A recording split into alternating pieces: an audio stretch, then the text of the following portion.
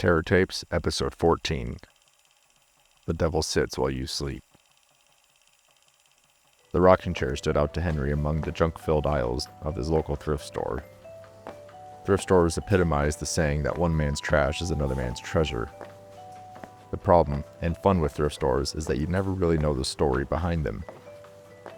But Henry wasn't one to look into things more than what he could see, and it was a no-brainer. He was buying this chair. He knew the second he laid his eyes on it. The chair was in immaculate condition and priced for pennies. He didn't even sit in it, he just knew. He even envisioned the perfect spot in his room, next to his bed, close enough to see the TV, but even close enough to pass out. It called to him. "Hopefully you're its final owner," the cashier said to Henry, although he didn't pay much attention.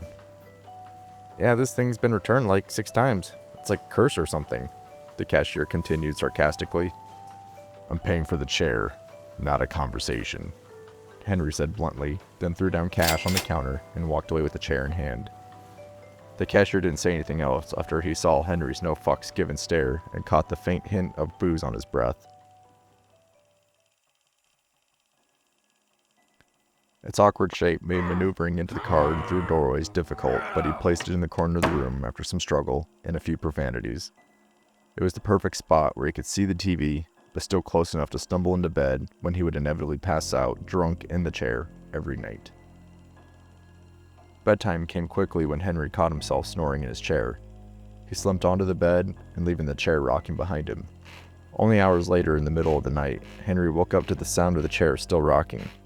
Same cadence, rocking back and forth as if he had just gotten out of the chair. Henry looks over to see a dark silhouette of a man sitting in the chair, casually rocking. "Who the fuck are you?" Henry snaps, but the silhouette doesn't reply, just keeps rocking. "Are you fucking deaf? Get out of here!" Henry yells as he starts to sit up, but then the silhouette disappears and the chair freezes in place, no longer rocking back. Henry looks at the time, only to fall back asleep, unsure what to think, but mostly not caring. The next morning, Henry woke up with the most debilitating back pain of his life. He was barely able to reach for the bottle of pain pills sitting on the nightstand next to his bed. After a few minutes, the pain eased up enough for Henry to stagger into the kitchen and grab the closest bottle of booze he could find. He'll spend the rest of the day in a haze, fueled by dark liquor and pain pills as he lies in agony.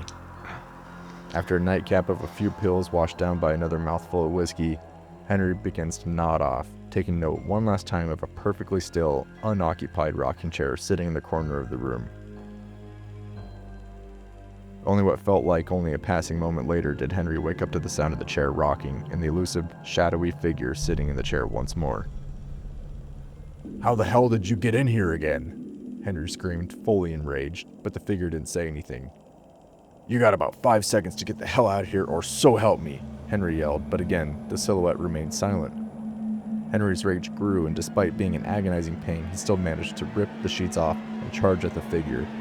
With anger driving him forward, but still loaded with booze and pills, Henry found his vision spinning, causing him to fall off balance as he swung at the silhouette. Despite his efforts, the silhouette vanished and Henry's balance forced him to fall into the chair. His back pain was now worse than it had ever been, and it left him screaming. He tried standing up, but every time he moved, the pain only grew worse. He was completely disabled, stuck in a chair, against his will, but trapped by his own body.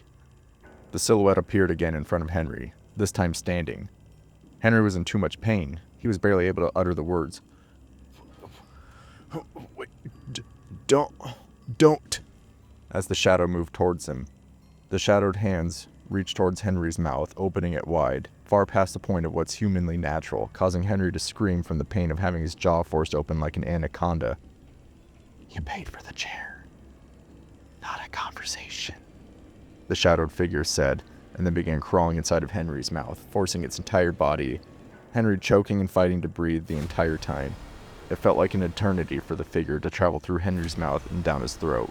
Henry could feel a surge of freezing chills overwhelming his body, the warm blood coursing through his veins, turning to ice, and finally his stomach turned into an empty hollow.